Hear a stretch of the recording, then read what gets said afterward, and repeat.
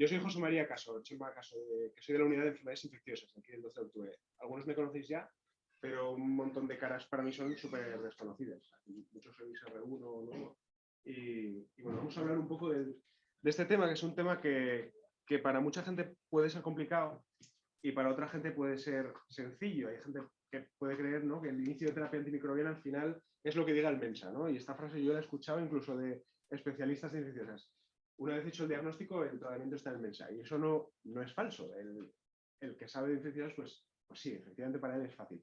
Pero para el médico que está delante del paciente, especialmente cuando estamos empezando, a veces es un reto el decidir entre una serie muy larga de antibióticos, que ya casi los hemos olvidado, de MIR, ¿no? Y que además, pues, cada uno tiene sus interacciones y cada uno tiene sus indicaciones. Y que conocemos poco acerca de su... Tenemos poca experiencia, ¿no?, en sus... Entonces, bueno, para empezar, yo creo que hay que tener en cuenta que el problema infeccioso depende de 3 factores que interactúan entre sí direccionalmente, que son el paciente, el microorganismo y el fármaco. Cada uno interactúa entre sí de una forma y el conocimiento de estas interacciones, el conocimiento de estos elementos, es un poco lo que nos va a dar la clave para el inicio de la terapia o para la elección, ¿no?, del tratamiento. Empezando con el primer factor, que es el paciente, lo primero que tenemos que preguntarnos es quién es nuestro paciente. Yo creo que estamos hartos, ¿no?, en el servicio de urgencias o en la planta interna, ¿no?, de recalcar la importancia de la revisión de los antecedentes, incluso los ingresos previos, y si el paciente, si en lugar de estar en urgencias estamos en la planta y tenemos un paciente que tenemos sospecha de infección, o estamos a punto de ponerle un tratamiento antibiótico, pues hay que revisar el ingreso actual, ¿no? ¿Qué vías lleva? ¿Qué dispositivos? ¿Se le han hecho cirugías? ¿Se le han hecho transfusiones? ¿Tiene alergias? ¿No? Esto es muy importante a la hora de poner el tratamiento. ¿Qué medicación toma? ¿Puede provocar fiebre esta medicación? Y luego los típicos elementos de la historia epidémica, ¿no?, de que siempre preguntamos, siempre se ríen, ¿no?, que preguntamos los internistas. Bueno, ¿dónde se fue usted de viaje de novios hace 20 años? ¿No? ¿Pudo haberle picado ahí algo, tal? Bueno. Después de estas preguntas, estaremos en disposición de saber si el paciente está situado en un compromiso inmunológico o no. Compromiso inmunológico, luego hablaremos más de él, pero puede ser de cualquier tipo, ¿no? Pues no es necesariamente el SIDA, solamente es compromiso inmunológico, sino que hay otras entidades también que predispongan a factores específicos que luego comentaremos. La segunda pregunta que cabe hacernos ante el paciente potencialmente infectado es cuál es su enfermedad actual. A través de la historia clínica, de la exploración física dirigida, pues podremos saber qué síntomas o signos tiene el paciente. La medicina al final no es una ciencia, o sea, no es una ciencia pura, ¿no?, me refiero. Es una ciencia aplicada y se basa en problemas que son los casos clínicos. Entonces, el problema que tenemos nosotros no se puede resolver si no tenemos los datos del problema, que es el síndrome, ¿no? O los síntomas o los signos, si no tenemos suficiente entidad para emitir un diagnóstico sindrómico. Y el segundo elemento, pues muy importante, es la gravedad o la urgencia con la que nosotros tenemos que intervenir. No es lo mismo una bacteriemia por Staphylococcus aureus, que es potencialmente letal, que tiene mucha tasa de metástasis, que tiene mucha tasa de muerte, como una cistitis, que puede ser muy molesta, es muy urgente porque la persona tiene muchos síntomas, pero no es potencialmente letal, ¿vale? La tercera pregunta que cabe hacerse es cuáles son las causas, ¿no? Una vez conociendo el paciente, sus antecedentes, conociendo el síndrome que tenemos y sabiendo si tenemos que actuar o no, pues podemos pensar en las causas. Las causas nos las da, pues, una tabla o la experiencia o el estudio. Las causas del síndrome, pues, pueden ser inicialmente, porque estamos hablando de antibióticos, lo categorizamos entre infeccioso y no infeccioso, porque estamos pensando en ponerle un tratamiento. Pero en realidad las causas son muchas, ¿no? Y no podemos olvidar otras, ¿no? Vasculares, neoplásicas, muchas veces la fiebre es tumoral, ¿no? Y no hay ninguna causa infecciosa, o puede ser autoinmune incluso traumática o endocrina. Después de pensar, hacer una pequeña reflexión con estas cosas, pues hay que tomar una decisión, que puede ser diagnóstica y terapéutica. O sea, la decisión será de qué pruebas hacemos más por el paciente, cómo organizamos las pruebas que van a darnos el diagnóstico diferencial, o si no las hacemos, hay veces que no es necesario hacerlas, depende mucho del escenario. Y la segunda parte de la decisión es la terapéutica, ¿no? Lo primero, si tenemos que poner tratamiento antibiótico, y la segunda, qué tipo de tratamiento antibiótico, a qué dosis, por qué vía, etc. Por tanto, las cuestiones relativas al paciente se pueden resumir en determinar si el paciente tiene grado de inmunocompromiso, cuál es el síndrome clínico, o lo que los internistas llaman foco, que lo habréis escuchado un montón de veces, el foco, que es un poco como dónde está situado el inóculo bacteriano, por así decirlo, más importante, y luego la evaluación de la urgencia. Si este paciente está actúa rápido, como decíamos antes, pues está actúa lento. Es fundamental esto, ¿no? Casi cuando se ve la cara del paciente y las constantes, pues la última pregunta se responde a la misma vez que la segunda. Igual es la primera que tiene más dificultad. Hablando de inmunidad, cuando hablamos de inmunocompromiso siempre pensamos en lo mismo, siempre pensamos en lo que dicen los libros, siempre pensamos en una imagen de los linfocitos, ¿no? Y del linfocito CD4, el SIDA y del no sé qué, ¿no? En realidad la inmunidad son muchas cosas. Tiene dos brazos muy importantes, el innato, que es inespecífico, y el adaptativo, que es específico de antígeno. Dentro de la inmunidad innata ya hay un elemento que es la disrupción de las barreras, que ya predispone a muchas infecciones. Un paciente que tiene disrupción de barreras, aunque tenga los linfocitos bien, aunque tenga las inmunoglobulinas bien, el complemento bien y no tenga neutropenia, ya es un paciente con un riesgo específico de infección. El paciente con disrupción, por ejemplo, de las barreras cutáneas, porque es un paciente quemado o porque es un paciente intervenido, este paciente ya tiene mucho riesgo de tener una infección por Staphylococcus aureus cutáneo. Un paciente, por ejemplo, en UBI, que ya tenga aclaramiento mucociliar dañado porque tiene un tubo endotraqueal o un paciente que tiene una infección vírica grave de las vías respiratorias, pues ya es un paciente que probablemente está en riesgo de una aspergilosis putativa. O sea, ¿qué quiere decir? Que todo esto hay que tenerlo en cuenta siempre. Luego, elementos ya más conocidos, pues tenemos elementos solubles de la respuesta innata, como el complemento, ¿no? Pacientes que tienen déficit del complemento, es que tienen más predisposición a la síntesis por encapsulados. Los granulocitos neutrófilos, que los que hay aquí, que habrá algún resi seguramente de hemato o de onco, vaya a tener mucho contacto a lo largo de los próximos años con pacientes con neutropenia, y va a ver que son pacientes que se ponen malos muy rápidamente, que se mueren, que van a la UBI y que requieren tratamiento inmediato, que requieren tratamiento inmediatamente, ¿no? Porque no carecen de la primera línea contra la defensa. Y luego ya cosas más específicas, ¿no? Pues alteraciones de los CD4, alteraciones de los CD8, incluso alteraciones de la inmunidad humoral, ¿no? Alteraciones del linfocito B, ¿no? Alteraciones de los anticuerpos, que esto pues va muy también en la línea de la predisposición a la enfermedad por encapsulados, ya sabéis, neumococo, Neisseria, etc. A todo esto, que es muy de los libros, pues hay que añadir otras cosas que nosotros tenemos en cuenta. Los fallos orgánicos, la cirrosis, la insuficiencia hepática, la insuficiencia renal, el uso de hemodiálisis, la disinmunidad, es decir, situaciones como el lupus, como la artritis reumatoide, predisponen de forma inherente a la infección. La artritis reumatoide es un factor importante para la artritis séptica, o el lupus pues, tiene un 40% de mortalidad a causa de las infecciones. El uso de inmunosupresores, los dispositivos, que son los sitios donde se van a fijar los microorganismos, la hiperglucemia, que es muy conocida ya como factor de riesgo, y factores locales, ¿no? Como decíamos antes, detección de barreras, tubos, catéteres, sondas urinarias. Todos estos elementos los extraemos de la anamnesis, los extraemos de la revisión de los antecedentes. Y esto es lo que nos va a determinar si tenemos que actuar sobre ello.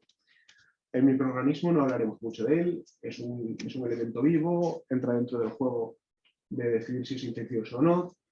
Hay que pensar si podemos obtener cultivos que sean rentables, es decir, antes de iniciar un antibiótico, un paciente con fiebre en la urgencia, por ejemplo, estáis hartos de ver que se extraen hemocultivos, que es una rutina, yo creo, bastante correcta.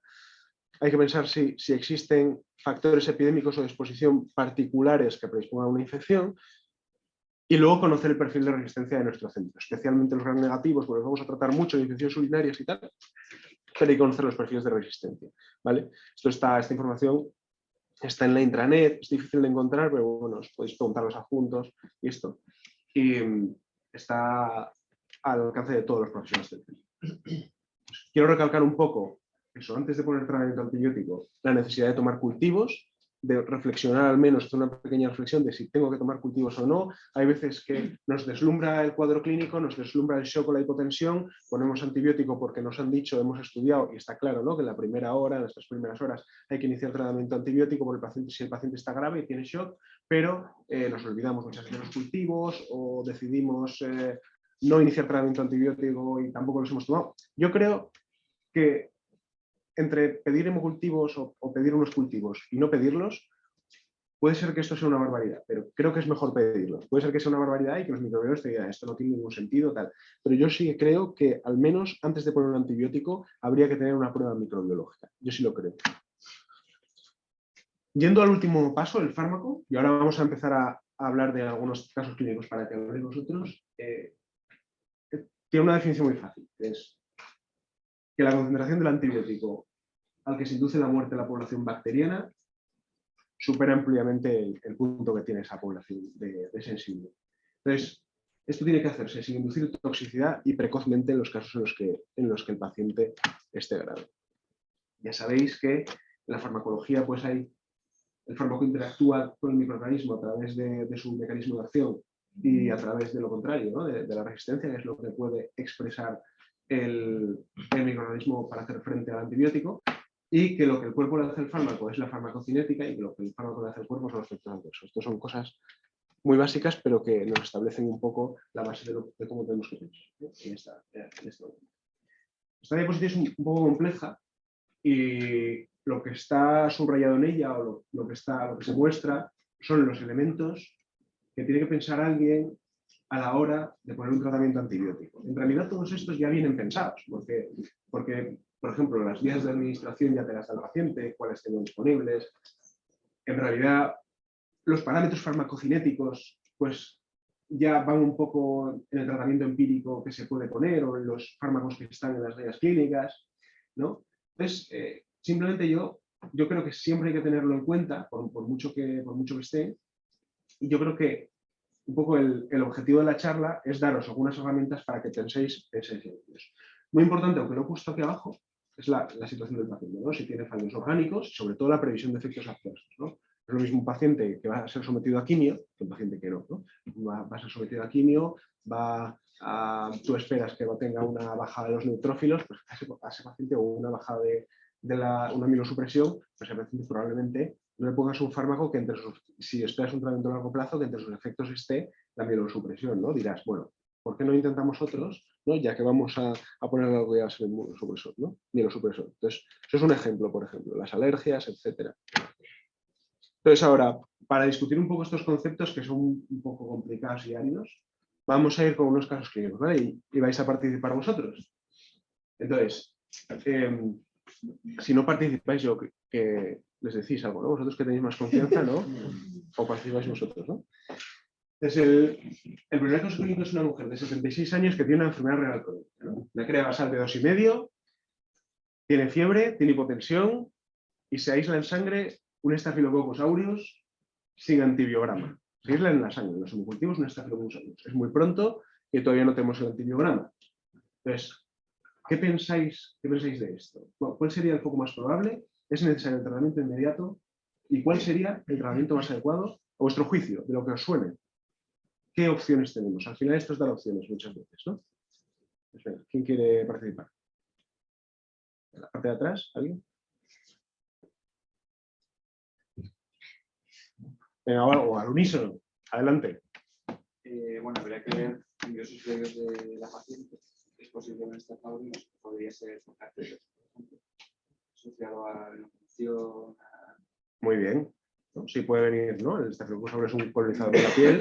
Lo más probable es que esos ingresos por esa interacción con el... Efectivamente, puede proceder de la piel, ¿no? ¿Alguien tiene alguna cosa más? ¿Sí? ¿No? ¿Un poco más aparte de esto? ¿La piel? Bueno, en realidad puede estar en cualquier lado, ¿no? El hecho de tener una bacteriemia, esto ya es un foco por sí mismo. Esto es un foco endovascular. Una bacteriemia por Staphylococcus aureus ya te induce a pensar que puede haber un foco endovascular. Tú tienes el Staphylococcus aureus en la sangre. Con lo cual, lo primero que habrá que hacer será esterilizar la sangre. Entonces, con esto yo ya tengo que pensar, bien, es posible que venga del catéter. Es posible, como dices tú, ¿no? Que tenga un catéter infectado. Bueno, incluso eso ya está dentro del medio endovascular, ¿no? Es posible que venga de una osteomielitis. Es posible que venga, no sé, es rarísimo, pero una infección de orina. Pero el hecho es que lo tengo en la sangre. ¿Esto os parece grave o os parece leve? ¿Y os parece actuar rápido o podemos esperar un poco? Rápido, ¿no? O sea, un estafilococcus en la sangre, el principal factor de mortalidad que tiene esto es la tardanza en iniciar un tratamiento antibiótico bueno. O sea, esto es, por tanto, vamos, hay que actuar rápido. ¿Y cuál sería, teniendo en cuenta la situación y factores de la paciente, el tratamiento más adecuado? ¿Cuál creéis? ¿Qué opciones tenemos, ¿no? Para tratamiento de este paciente? ¿Qué opciones que habéis visto vosotros? ¿Os habéis enfrentado a esta situación? Yo creo en las plantas de interna o la urgencia tal, ¿no? Seguramente esto es frecuente relativamente. ¿Y qué habéis visto poner? ¿O qué antibióticos creéis que son adecuados? ¿Qué habéis discutido o qué habéis estudiado? Daptomicina, dicen por ahí. ¿Vale? ¿Alguno más? ¿Banco? Porque esto, ¿por qué daptomicina? ¿Por qué no, por ejemplo, habéis visto algún otro? ¿Habéis visto cefazolina? ¿Utilizar cefazolina, por ejemplo? ¿Por qué no cefazolina? Y sí, vancomicina o daptomicina. No tienes antibiograma, ¿no? Entonces te puedes estar dejando el resistente, ¿no? El meticilina resistente. Vale. Muy bien. ¿Y cuál decimos entonces? ¿Daptomicina o vancomicina? ¿Cuál preferís? Dapto todo el mundo al unísono, ¿no? Dapto, ¿no? ¿Por qué dapto y no banco? ¿Qué elemento tiene la paciente que nos gusta? La función renal, ¿no? La vancomicina es nefrotóxico, a veces puede provocar insuficiencia renal, ¿no? Con lo cual, bueno, pues en este caso igual es más preferida dapto, ¿no? Que nos permitirá incluso, bueno, pues poner una dosis un poco más alta de lo normal, aunque habría que ajustarla después, ¿no? Pero sin complicaciones muy llamativas. Muy bien, pues nada. Aquí hay un concepto muy interesante, que es el concepto del volumen de distribución. Si os fijáis en las ratas, que son muy visuales, los bajos volúmenes de distribución, los fármacos tienen un parámetro de volumen de distribución, que es la dosis que se administra, la dosis intravenosa, entre la concentración que tú puedes ver, entre la dosis que tú puedes ver inmediatamente a la administración, ¿no? En líneas generales. Entonces, si tú inyectas una dosis y ese fármaco difunde por los tejidos y sale de la sangre, en la sangre habrá más o menos concentración. Menos concentración, ¿no? Con lo cual, estaremos en la imagen de la segunda rata. Tendrá alto volumen de distribución porque se distribuirá mucho. Y en la sangre vamos a encontrar poco. Si el fármaco, si es al revés, si tiene mucha concentración y tal, ¿qué pensaremos? ¿Que está todo en la sangre o que está en los tejidos? Está todo en la sangre, ¿no? Si tiene bajo volumen, pues como veis, las bolitas están casi todas en la sangre. En una bacteriemia, con un paciente con una bacteriemia, ¿cuál nos gustaría más? ¿Uno que inmediatamente difundiera los tejidos o uno que se quedara un rato en la sangre? Bajo volumen, ¿no? Pues vamos a ver, esto está en el Mensa. ¿Qué fármacos tienen bajo volumen? ¿No? Esto está en el Mensa cuando lo veis. Fijaos que en el desarrollo de fármacos te dicen que los volúmenes de distribución adecuados para el tratamiento adecuado para cada foco, ¿no? Es eso de ahí, ¿no? Entonces, cuando se trata de la sangre, dicen que es aproximadamente un 0,08 litros por kilo. Y que si estamos hablando ya de tisular, son más de 0,6. ¿no? Con lo cual, buscaremos algo que sea un volumen de distribución que sea más cercano a 0,08. Entonces, estos son los antiestafilocócicos así más utilizados, o que nosotros tenemos. Entonces, ¿qué os parece? ¿Habéis hecho buena elección con la daptomicina? Sí, ¿no? Parece que sí. Volumen de 0,1, ¿no? De los que menos volumen de distribución tiene, ¿no? Después, pues bueno, como decíamos, la cefazolina hubiera estado bien, ¿no? Igual si ahora tenemos que es sensible, pudiéramos desescalar, ¿no? La cefazolina. Luego está la ceftarolina, ya sabéis que es una desde quinta generación y tal, que valdría para los dos. La banco, pues por ahí está, sino por debajo de 1. Y luego ya hay fármacos que igual no son los más apropiados, ¿no? Una bacteriemia. Nadie le pondría pues, una quinolona, ¿no? Aparte que no sabes la sensibilidad. Y linezolid, bueno, aunque tiene 0,7 de volumen de distribución y ahora se discute un poco que puede ser también para la bacteriemia, tradicionalmente no se ha utilizado, también por el mecanismo. ¿Vale? Entonces, finalmente, se aísla un aureus meticilin resistente, ¿no? Habéis hecho bien poniéndole la DAP. Entonces, en este caso, ¿qué hay que hacer? Como es una situación tan grave y hay que aclarar la bacteriemia, pues hay que ir pidiendo hemocultivos, ¿no? Pues los hemocultivos de control de las 48 horas, por suerte, han sido negativos. Y se han realizado en esta paciente, porque era una paciente procedente de domicilio, y estas bacteriemias, pues a veces hay que mejor descartar endocarditis, pero se realizaron ecocardios que fueron normales, ¿no? Que no tuvieron imágenes como tenéis con endocarditis. Y en exploración física tenía un dolor mecánico dorsal, se realizó una resonancia y tenía una osteomielitis vertebral de T8. ¿Esto os encaja con el microorganismo que hemos encontrado? ¿Esto lo provoca? Sí, ¿no? Muy típico, ¿no? Muy típico. Vale. Entonces, analíticamente tiene eso, ya sabéis, la función renal, tal. El hemograma está un poco tocado, tiene algo de trombocitopenia. Y nos preguntan, una vez completado un ciclo razonable de antibioterapia intravenosa, en este caso es bueno, 14 días, 3 semanas, ¿qué opciones terapéuticas pueden ser válidas para completar un régimen antibiótico vía oral? ¿No? ¿Y qué tendríamos que pensar aquí? Sería un pensamiento, un reflejo al anterior, ¿no? Pero una vez aclarada la bacteriemia, ¿por qué nos decantaríamos? Por ejemplo, de aquí. ¿Por ejemplo? ¿Qué habéis dicho? ¿Qué no escuchan? Por uno de alto volumen, ¿no? Y que, por ejemplo, ¿qué opciones tenemos? El linezolid está bien. Otras opciones. Una quinolona, si fuera sensible, ¿no? Es meticin resistente, bueno, podría no ser sensible, ¿no? Habría que mirar el antibiograma, ¿no? Pero una quinolona sería muy buena opción, ¿no? Con más o menos rifampicina, ¿no? También esto es un poco una cosa que está planteada. Y luego, clindamicina, ¿qué os parece? También podría ser una buena opción, pero lo mismo, ¿no? Hay que ver la sensibilidad. Linezolid es una buena opción también, entonces. ¿Y hay algún elemento de la historia clínica que os disuadiera de poner linezolid? La plaquetopenia, ¿verdad? Probablemente esto sea la analítica inicial, ¿no? Porque, bueno, parece no hay ninguna otra causa, no está en la historia clínica y a veces la bacteriemia y la sepsis pueden dar plaquetopenia y la de aureus también, ¿no? Jorge, un residente, un R5 tiene un trabajo de esto. Entonces, pues, si luego recupera las plaquetas, ¿por qué no? Linezolid es una opción. Y otras opciones pues, son la dalbavancina, que la habréis visto utilizar, que es uno de estos intravenosos, ¿no? Pero de larga duración, ¿vale? Muy bien, ¿entendéis más o menos? Os habéis quedado con el concepto, ¿no? Lo importante de aquí es que la bacteriemia por aureus tiene mucha gravedad, estaréis hartos de escuchar esto, que los hemocultivos es importante hasta negatividad, en este caso, que volúmenes de distribución bajos en bacteriemia y volúmenes de distribución altos en localizada. Y atención a los efectos adversos, ¿vale?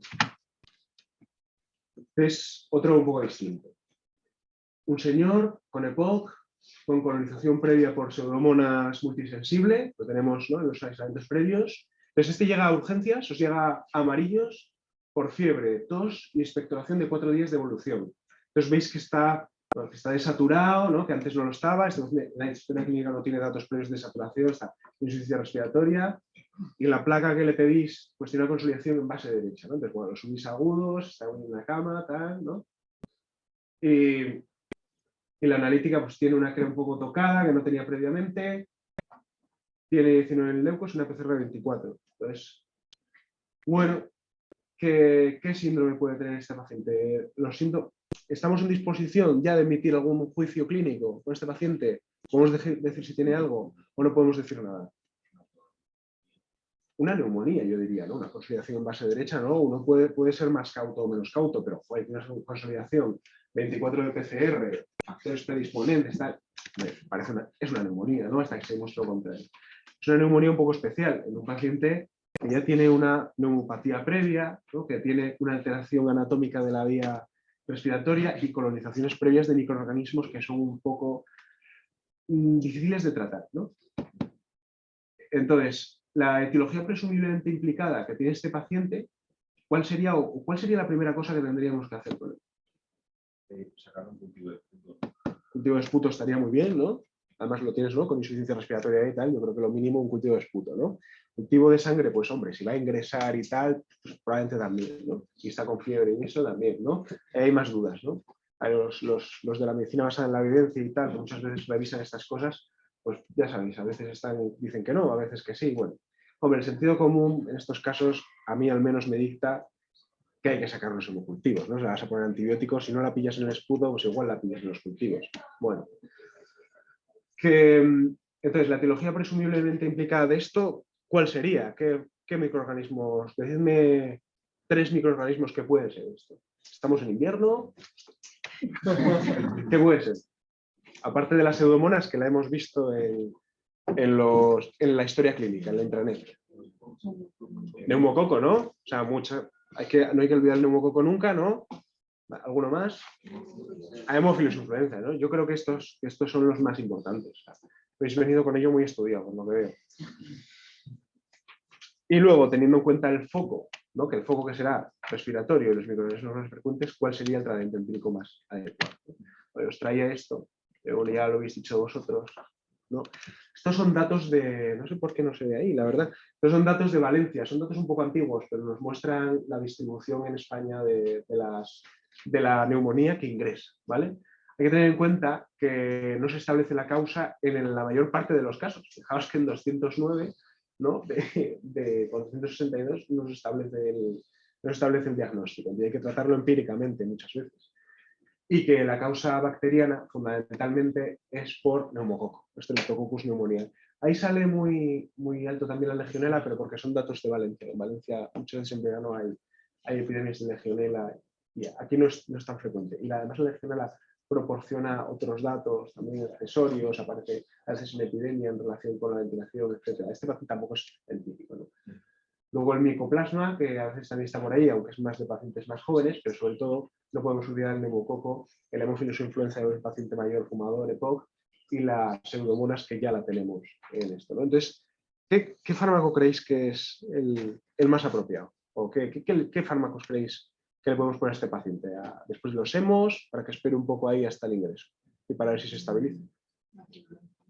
Una quinolona, por ejemplo, cipro. ¿Cuál sería? ¿Moxi? ¿Moxifloxacino? Una que cubre la pseudomonas sensible, ¿no? Cipro cubriría la pseudomonas sensible bien, ¿no? Pero quizás no sería la mejor opción para el neumococo, ¿no? Y para los demás. Igual sería la mejor opción, igual levo, ¿no? Entonces, fueras un paciente con neumonía. Si lo vas a ingresar, probablemente un fármaco que querramos, ¿no? Sea un beta-lactámico, ¿no? Al menos un beta-lactámico. Entonces, dentro de los beta-lactámicos, ¿cuál es? No está mal aquí, ¿no? Pero que dentro de los beta-lactámicos, por ejemplo, que nos cubran bien el neumococo y la pseudomonas sensible, si va a ingresar, ¿qué? Pipartazo sería una buena opción, ¿verdad? Pipartazo estaría bien, ¿vale? Si, por ejemplo, no tuviera la colonización previa y tuviera una neumonía simplemente, y ya está, es un paciente que no se PO, que paciente mayor con neumonía, que va a ingresar, que está grave, que está con hipoxemia. A ver, uno, que diga uno. Ceftriaxona está bien, ¿no? Ceftriaxona es una cefalosporina de tercera, ¿no? Buena actividad contra el neumococo, ¿no? Buena actividad contra gram negativos, ¿no? Yo creo que está bien, ¿no? Contra hemófilos también. ¿Y qué le pondríais aparte de la ceftriaxona? ¿Algo más? Acitro, un macrólido, ¿no? Parece razonable, ¿no? Macrólido está bien. En realidad los estudios con el beta-lactámico y el macrólido son los que menos mortalidad han demostrado, ¿vale? En los pacientes. Entonces sería la mejor opción. Me llama mucho la atención la moda esta de poner un beta-lactámico y una quinolona. Me parece un poco una aberración. O sea, no sé si esto lo habéis visto actuar. Yo creo que eso es una aberración, salvo que esté muy justificado y que esté muy razonado y tal, porque es gastar dos fármacos muy buenos y que no me parece muy razonable. Yo creo que, y además, creo que las combinaciones de beta-lactámico más macrólido son mejores en términos de mortalidad que las combinaciones de beta-lactámico más quinolona. O sea, si queréis efectivamente poner una quinolona puede estar bien, es aceptable, un levofloxacino, tal, si el paciente no está del todo mal, siempre y cuando luego vayamos a ver el cultivo de esputo y tal y vayamos a monitorizar un poco al paciente, pero si no, pues un beta-lactámico con un macrólido, pero los dos me cuesta más trabajo pensar que tenga utilidad o que vaya a aportar algo, ¿vale? Y nos gastamos dos fármacos muy buenos. Vale. ¿Alguien pensaría en ponerle, por ejemplo, vale, tiene la función renal tocada? ¿Alguien pensaría en ponerle una dosis más baja o pensaría en ajustar el tratamiento? Pensaría que igual la pipertazo no es la mejor opción. Las penicilinas pueden inducir fallo renal, ¿no? ¿Qué os parece? ¿Qué pensáis? Hay igual los resis más mayores, ¿no? Se puede poner mero, sí, pero bueno. Pero yo creo que pipertazo está bien, ¿no? ¿Y la primera dosis se la pondríais completa o no se la pondríais completa? ¿Se la ajustaríais? La primera dosis completa. Esto es un elemento también muy importante. La primera dosis de los antibióticos, aunque el paciente tenga insuficiencia renal, hay que ponerla completa. Y luego ya la ajustamos en lo siguiente. De hecho, si el paciente vamos a ingresarlo con dosis ajustada, lo ideal sería que al día siguiente tuviera una analítica para ver la función renal. Porque muchas veces estos fallos renales son del ingreso y al día siguiente con lo que te encuentras es con un paciente que tiene buena función renal y que tiene una dosis que está 4 veces por debajo de lo normal y que no está llegando al foco. Si estamos pensando además en que tiene una pseudomonas, que es un microorganismo con una posibilidad de generación de resistencia tan alta, es deleterio el hecho de estar dándole una infradosis. Con lo cual, primera dosis plena, y si vamos a reducírsela, que está bien reducírsela porque es necesario, al día siguiente analítica de control para ver si hay que volver a subírsela, ¿vale? Un elemento así, que es la ventana selectora de mutantes, que seguramente os hablarán de ella muchas veces, y que es que si nosotros administramos, no voy a hablar de esos parámetros, si nosotros administramos un antibiótico que no está lo suficientemente por encima de la MIC del microorganismo, de la capacidad mínima letal de todas las poblaciones del aislamiento, lo que vamos a dejar es que las mutantes resistentes proliferen. Entonces te vas a encontrar a los X días con un paciente el que está repuntando el problema, que está volviendo a tener fiebre y que lo que está pasando es eso, que las mutantes heteroresistentes han aparecido y están provocando el mismo problema y no hemos hecho nada, porque no lo hemos tratado. Hemos matado solo a las que eran más sensibles. Y una pregunta, en el caso anterior, si el paciente fuera muy cardiópata, muchos ingresos por descompensación de IC, ¿seguirías con el pipertazo por la historia de la retención salina? Esto es un elemento muy interesante porque es un elemento del paciente, ¿no? Eso está bien, hay que valorarlo. Pero a este paciente no le he puesto nada de cardiopatía, si no le hubiera puesto algo de cardiopatía. Si efectivamente tuviera una cardiopatía, como piperacinato bactam, pues son muchas dosis al día, porque son 4 gramos cada 6 horas, bastante dosis, ¿no?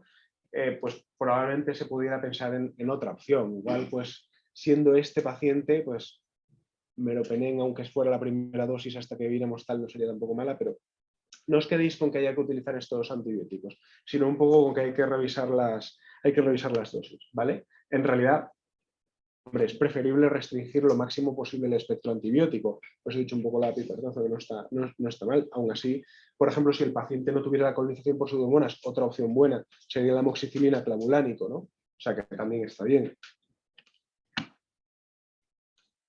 Vale. Esta es una mujer de 38 años que está en tratamiento crónico con rituximab, que ¿sabéis lo que es? Anti-CD20. ¿Sobre qué actúa? ¿Qué tiene anti-CD20? Vale. ¿Qué rama de la inmunidad tendrá tocada? La humoral, ¿no? Vale. Cefalea, fotofobia y rigidez nucal con fiebre. Ya directamente con esto, uno que puede pensar. Meningitis.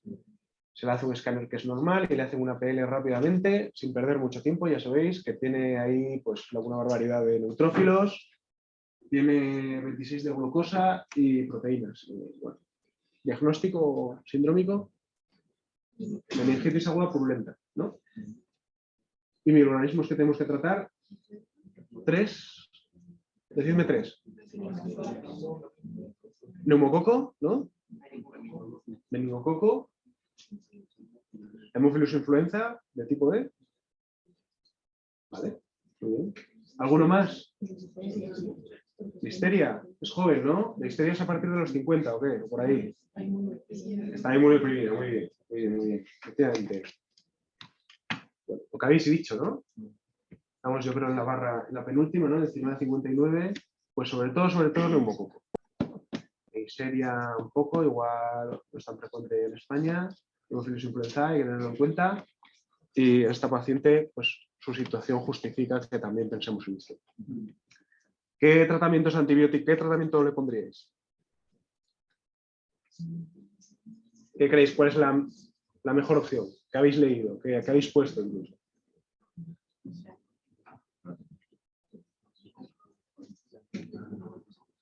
Venga, uno. Ceftriaxona dicen por ahí. Vale. Ceftriaxona, banco, ampi, corticoides. Muy bien. ¿Lo habéis mirado por ahí en el Mensa o en la Sanfo? Sí, bien, ¿no? Vale, ¿y por qué cada uno? Bueno,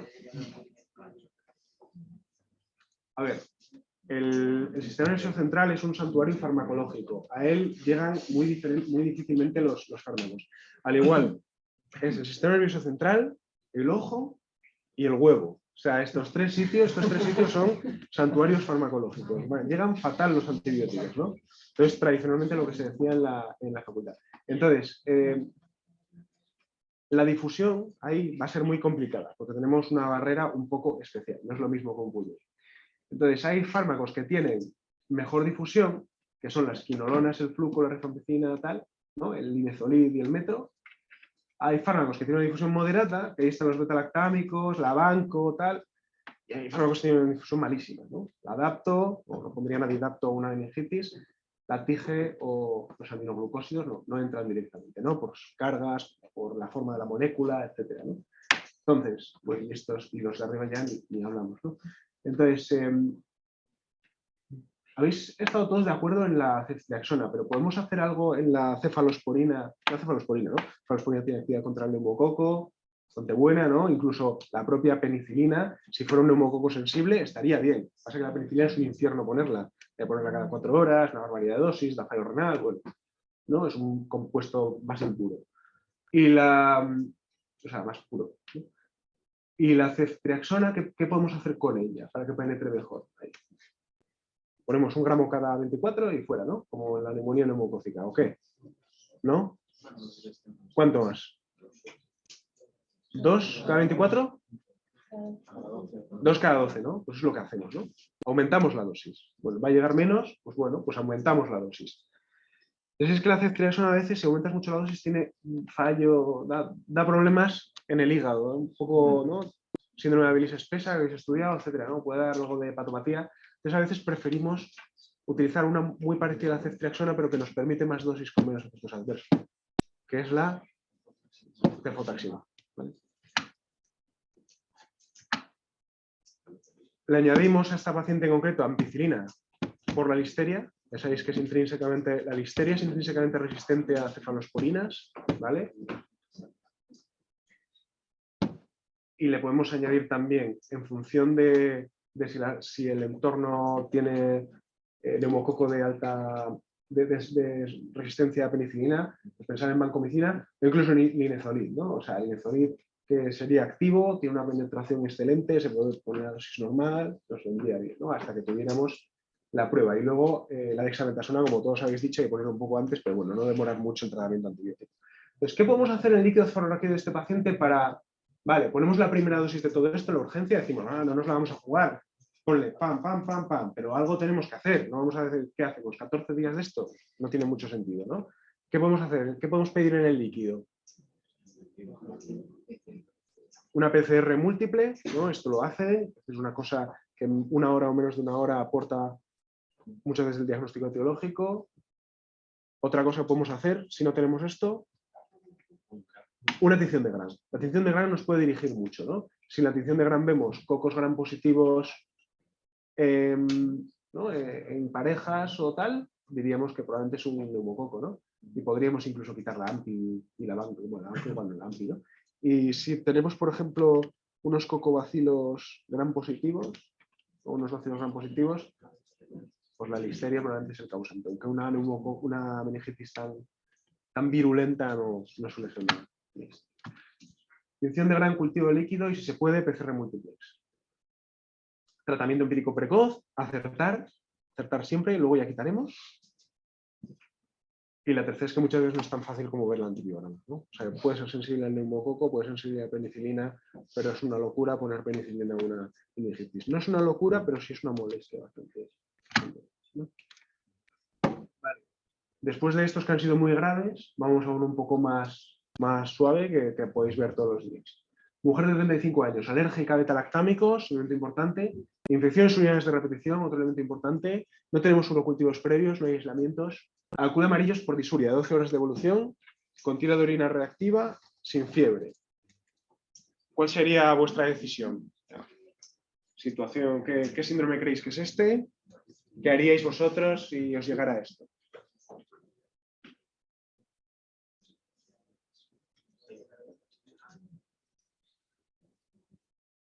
Está sin explorar ni nada.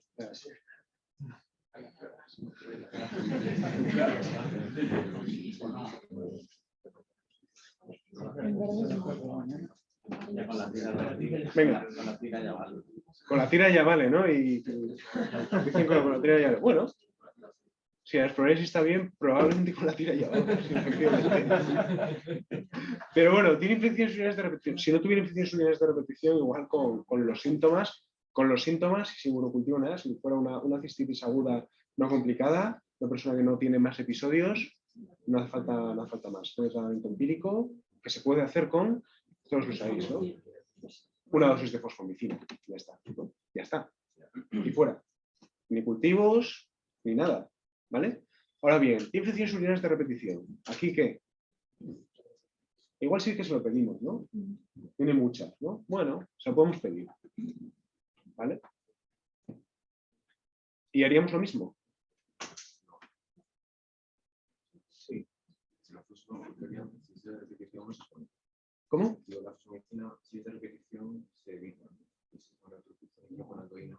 Bueno, yo lo que haría sería preguntarle cuándo fue la última, cómo la han tratado, efectivamente revisar que tiene urocultivos, que no tiene urocultivos previos con nada, y si es así, yo la trataría también con una dosis de fosfomicina.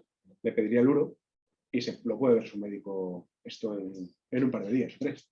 ¿Vale? Si la paciente empeora, es una cistitis. Es una cistitis. No es una bacteria por aureus, no es una neumonía con insuficiencia respiratoria, no es una meningitis.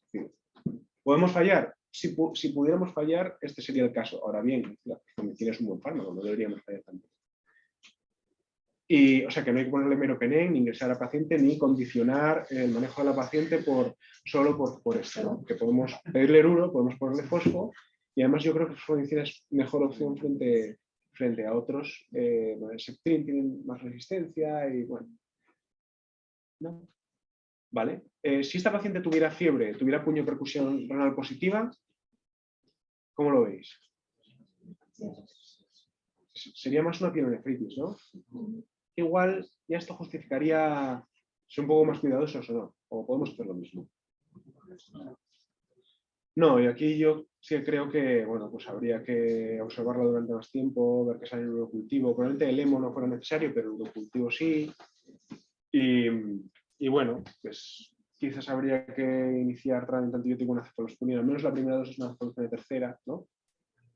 Y luego, claro, bueno, es alérgica, ¿no? Esa es la otra, ¿no? Que pues una quinolona, ¿no? O tal, ¿no? Y ver cómo va. Vale. Entonces, bueno, estos elementos son complejos, pero más o menos hemos ido viéndolos prácticamente todos, ¿no? Y luego el quinto, que es un poco trampa. ¿Qué os parece? 23 años, estos veis algunos en la planta interna, estos son los interesantes. 23 años, fiebre. Buen estado general. Tensión normal para una persona de 23 años. Para cualquiera, ¿verdad? Pero bueno, 23 años más. Saturación normal. Analíticamente, poco raro, ¿no? 2.300 leucos, 8,7 hemoglobinas, 75.000 plaquetas, algo de hipertransas, PCR alta y hepato esplenometálico. ¿Qué le ponemos? Nada. Ha dicho gente por ahí, nada. Nada. Que tiene 23 años. No le ponemos nada. Paracetamol, dice por ahí. Muy bien. Bueno, pues un paciente, ¿no? Que está bien, está en buen estado general. Que lo que tiene es grave, probablemente, porque es bastante mal rollero. No, pero bueno, que no va a morir ahora instantáneamente, ¿no? Entonces, pues, un paciente que va a estar ingresado, que le vamos a controlar, que vamos a hacer pruebas y que probablemente no haya que ponerle un tratamiento antibiótico en este momento. ¿Vale? Yo creo que siempre hay que tener la seguridad con estos pacientes de que están ingresados, de que le están viendo médicos, de que no están en su casa con una botella de whisky, ¿sabes? Que están aquí, si potencia nos van a llamar, que decir, estos pacientes, buen estado general, no es necesario poner nada. Ahora bien, si es necesario cultivar, se hacen fiebre, etc. ¿no? Eso sí. Pero bueno, que si no sabemos lo que tiene, pues podemos esperar y podemos ver las pruebas, ¿no? Si este paciente de repente nos dice que tiene, pues, un dolor abdominal incoercible con un abdomen en tabla y se le hace un escáner y tiene un absceso abdominal o una apertura abdominal tal, pues lo mismo, ¿no? Sin antibiótico, ¿o qué? En ese caso no, ¿no? En ese caso sí, ¿no? Es un poco, yo creo, la modulación de factores que tenemos que hacer, ¿no? Pues nada, esto es todo. Espero que sea.